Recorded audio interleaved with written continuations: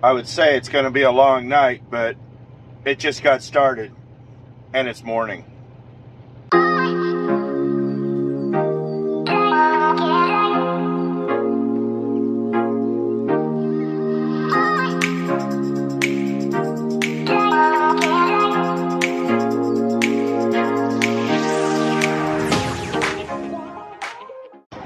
Having grown up in the era of free-range children, I'm often reminded of the old saying,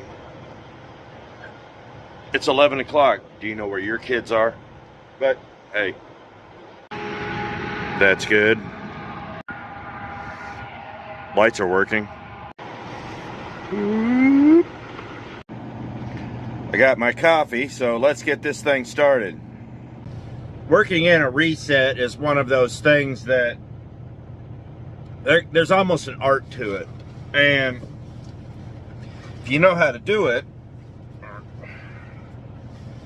you can really maximize your day. But working in a reset is one of those things that you have to plan 2 or 3 days in advance. Seriously, at least 2 days in advance. It helps. So what a lot of guys do is, well, what I'm doing. But I'm going to tell you how guys fail at it first, and then we'll kind of work our way up. Well, I'll tell you what the companies tell you to do. What a lot of companies tell you to do is they just shut down, and then you just sit for 2 days.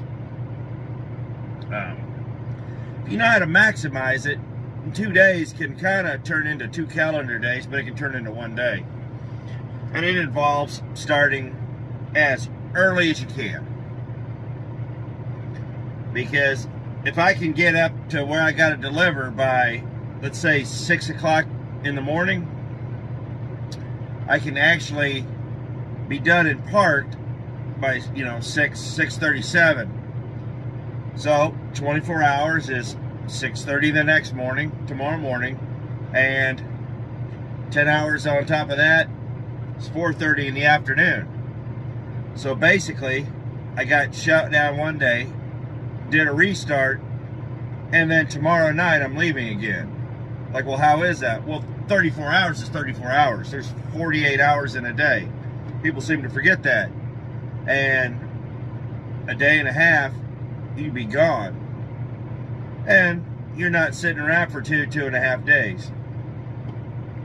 So how do you plan for it? Well, this is where people get in trouble. I talk a lot about load planning and time management, but there's one thing when E-Log started that I started really kind of developing a theory, and I called that editing on the fly. More or less, you're editing your time, not in the logbook, but in what you're doing to fit your logbook. And when you do that, it's, back in the old days on paper log, we just do our day, figure out where we could cut it, and just shorten it up and condense it to something realistic, honestly.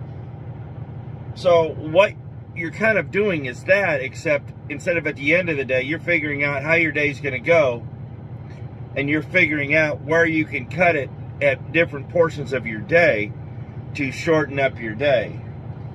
And when you know you're going to need a restart and you start looking at your hours, this starts about 2 to 3 days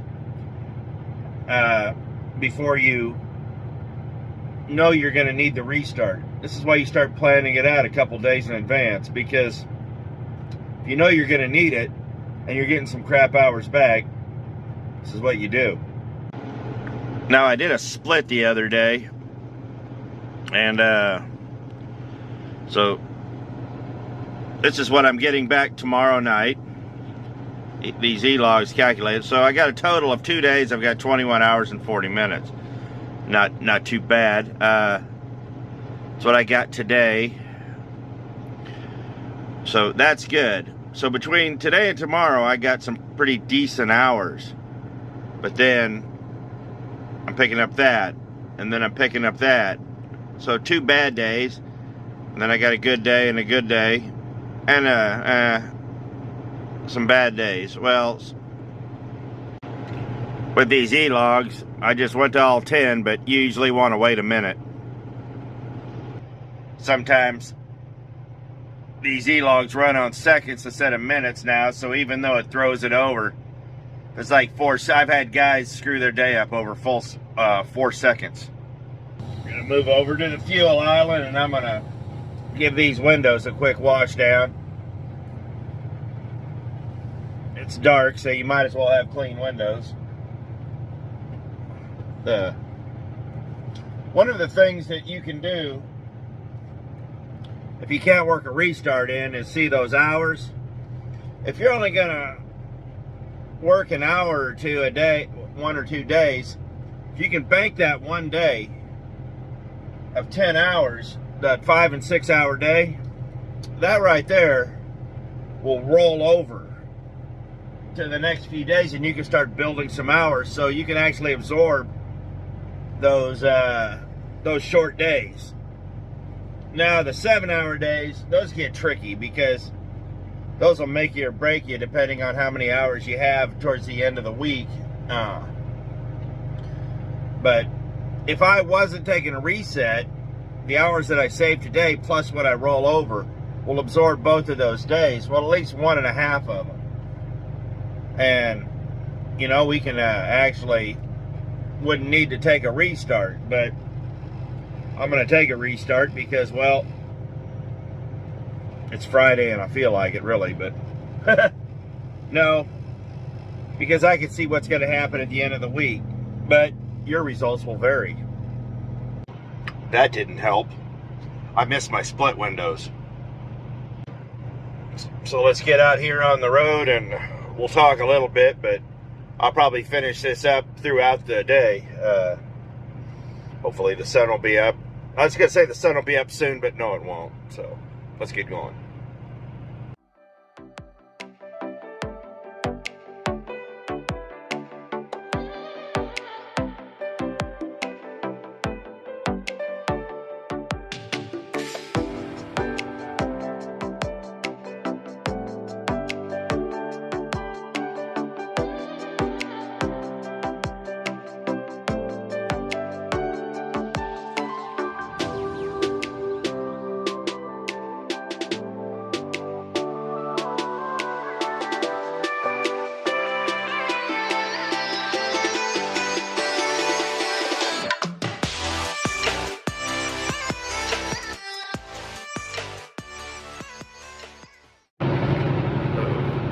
So let's turn this down, and well, we can turn that down too.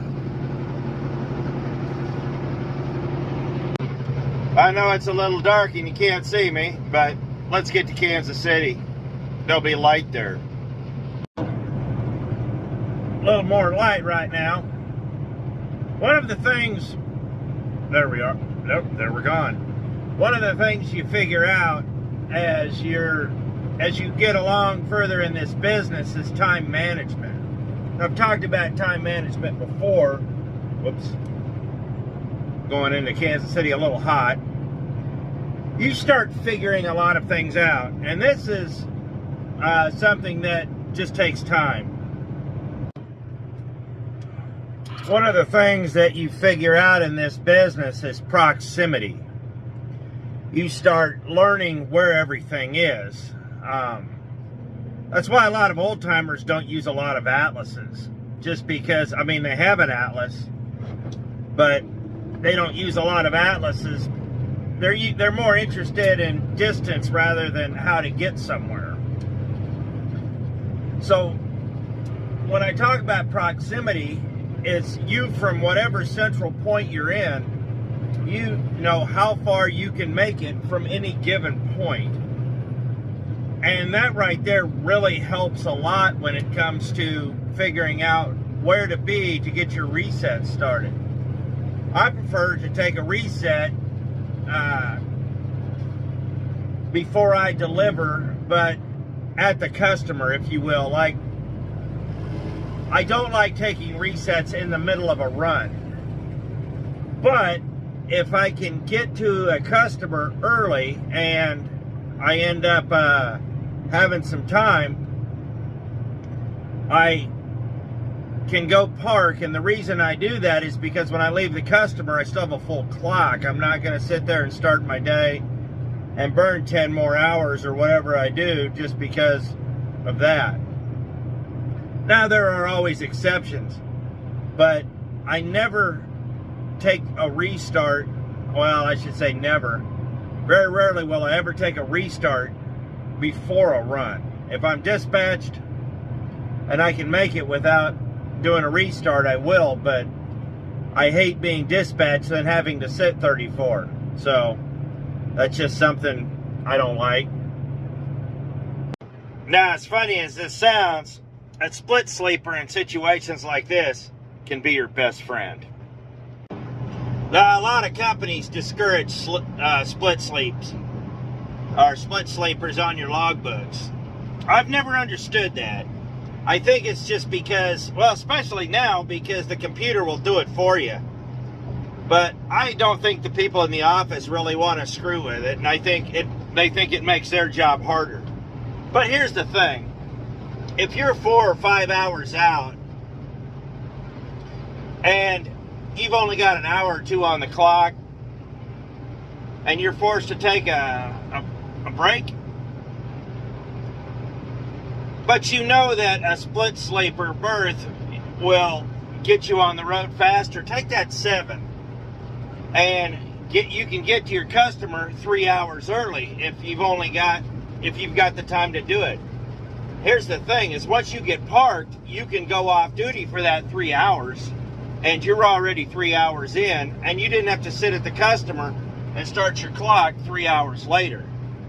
That's one of those things that's really helped me. In fact, on this last load, that helped me a lot.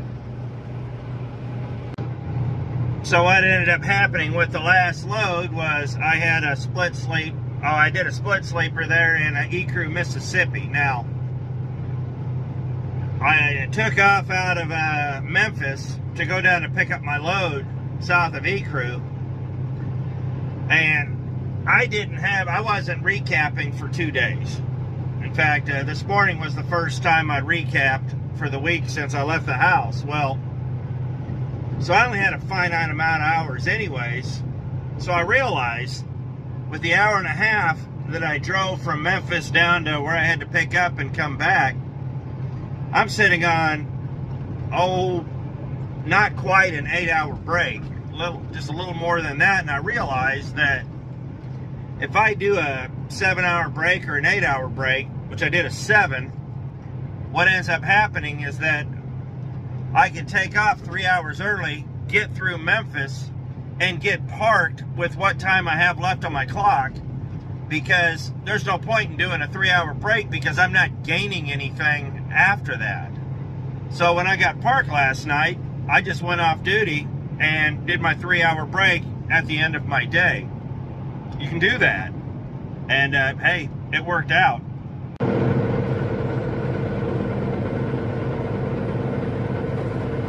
Got Kansas City at night.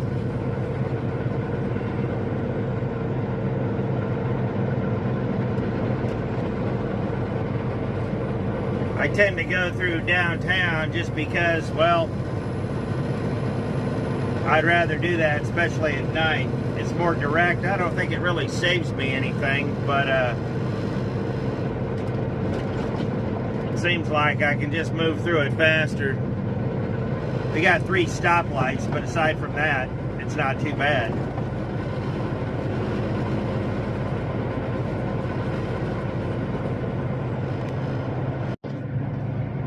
That's part of what I was talking about, was understanding where you're at, an approximation, and the traffic patterns, and learning how to get through where you need to go in the most efficient way possible to work your reset in. I got a reset coming, and I know I do. Oh, blue lights, because that always works. But you get your reset in, and this is what I talk about. Editing up front, when I talked about earlier. Just figure out what you're doing and get going.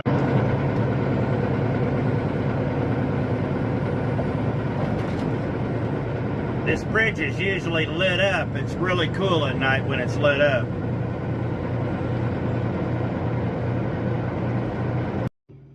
Well, we're a few hours into the restart. Got about, an hour and a half to go. Sitting over here in Sioux Falls. It's a complete calamity, but hey, not bad. The truck wash has been slammed. So I know this video has seemed to be a little disjointed and kind of a little all over the place, but I'm trying to bring it in. I know we stopped, the other night on the way back from Kansas City. Well, actually yesterday morning. And I just needed to get parked. It turned into kind of a calamity. I was hoping to be done with my restart by now and be gone. But that didn't happen, so I called some friends up, went and got some Japanese food, and made a night of it. It's been a good night. But now that, we got here, let's talk about what got me here. Conventional wisdom will tell you that there's only one way you can do a reset. Well, yeah, you got to sit for 34 hours. But 34 hours is 2 calendar days, but technically it's a day and a half. And learning how to manipulate your clock and use the clock legally in different ways to get you where you need to be, that's why I was talking about a split sleeper. If you had a 2-hour break the day before, or you couldn't quite make it, but you had enough time to make it, but, certain things happen or whatever, that 7-hour break saved me. Like, I wasn't going to get enough hours at the end of the day to necessitate another break. I mean, yeah. So, I decided that over a period of 2 calendar days, because I went over midnight and I recapped some hours, I was going to get enough hours back to basically, with the 7-hour break, get me where I needed to be rather than a 10-hour break. Because once I got to where I needed to be with the 7-hour break, I couldn't go any further anyways. So why am I going to sit 10 hours when I can sit 7 hours, be there 3 hours earlier, and then do my break? And I take a 10-hour break. Get up early in the morning, and I made it here. Learning how to use your hours is what I'm talking about. A lot of these companies don't want you doing splits. They don't want you doing this. They don't want you doing that. They don't want you to have any foresight. Now, here's the thing. You'd be like, I don't know what I'm doing for the next 2 or 3 days. You probably don't. I didn't know what I was doing till I got up here. And I'm not happy about it, but truthfully these days, I'm not happy about a lot of things. But that being said, the reason I was talking about, things doing the pre-editing without knowing what you're doing, like I talked about earlier, is for a very real reason. The very real reason is the fact that you don't know what you're doing. That's the important thing. So you have to act accordingly. Well, you're like, well, there's so much uncertainty. That's true. But the thing is, bank every hour as you're going to need it. Shave every minute. Put things together like you're going to be recapping like crazy, whether you need to or not, because you don't know what you're doing. So this is all about erring on the side of caution. You may not need them. You may. This load could have been, this reset may not have happened. There's 2 different ways this day could have gone. I had a plan for either way, and it worked out. The plan was that I had enough hours that if I got a particular load that I was hoping for, I would be able to actually do a restart in Indiana. Or I do the restart here, and I have enough hours to make it to my next load. So it was all about having enough foresight to understand that you don't know, but acting like you do. So what I started doing 2 and 3 days ago was figuring out how to manipulate my time and roll enough hours over, because I wasn't collecting any for a few days. But I knew that if I rolled enough hours over, I was going to have some time. I've got 19 hours and 16 minutes on my clock after midnight. I got 14 here, and I'm picking up some after midnight. That doesn't sound like a lot, but a lot of people seem to forget one thing. 70 hours is still 70 hours, whether it's over 5 days or whether it's over 7 days. That's the long and short of it. So a load might string itself out a little longer, but that doesn't mean you lost any real time. It's 70 hours over 8 days, so usually if you do it over 6 or 7, once it starts rolling over, you can get into some good time. But 70 hours is 70 hours. It doesn't matter, like I said, if you do it in 5.5, I've done that, or whether you do it in 7. And now a lot of guys talk about, well, you know, I only work 8 hours here or 8 hours there. You know what? You can do that, but who needs that? You know, really, just figure out what you need to do. And truthfully, if you're going to take a restart, and you know you're going to take a restart, figure out where you're going to be so you can take a restart at a place of your choosing. You know, it's nice to be someplace nice. I was at a good facility here. I got food across the street. I got Lyft around here, so if I want to go to Walmart or I want to go out and eat Japanese like I did, I've got a bar with chicken wings. I got a shower, I got laundry, I got everything I need here. So that kind of, you know, really helps. And that's what I'm talking about.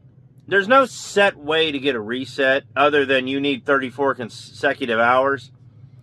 But the fact is that you're going to need to do it. So figuring out how to do it is just as important as doing it sometimes. That's all I'm getting at. There's no real wrong way to do it as long as you can get it.